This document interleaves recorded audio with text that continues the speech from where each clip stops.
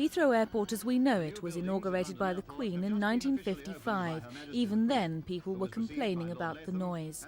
The airport began as a small aerodrome 60 years ago. Passenger jet planes were introduced in the early 50s. The first Concorde and Jumbo jet landed at Heathrow almost 20 years ago. As far back as the 60s, a report was published demanding that noise levels be reduced by 1970. 4 weeks ago, Heathrow had its busiest day ever, with a record 1,160 aircraft movements.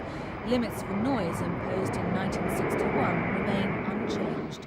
Noise experts say today's problems should have been foreseen decades ago. When the location of London's major airport was first decided, immediately after the war, no account at all was taken of environment. Everything else was considered, but the Cabinet minutes make no reference at all to environmental considerations.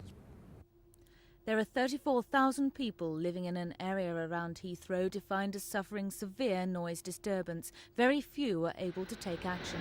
But there have been 2 cases fought and won in the European Court.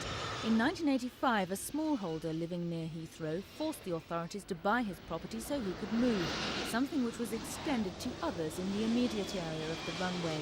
The other case involved a woman at the end of a runway at Gatwick. The airport's authorities say they have made other concessions to residents, giving them grants for noise insulation. But experts say urgent measures are needed which go far beyond double glazing. They include lower noise limits and better planned routes for planes.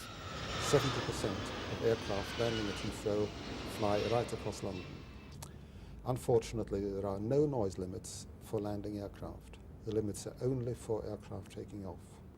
So one of the things which I would certainly suggest, and I hope will be done, that noise limits should also apply to aircraft which are landing, and that those should be monitored. But for now, the question of compensation for aircraft noise rests with the European Court.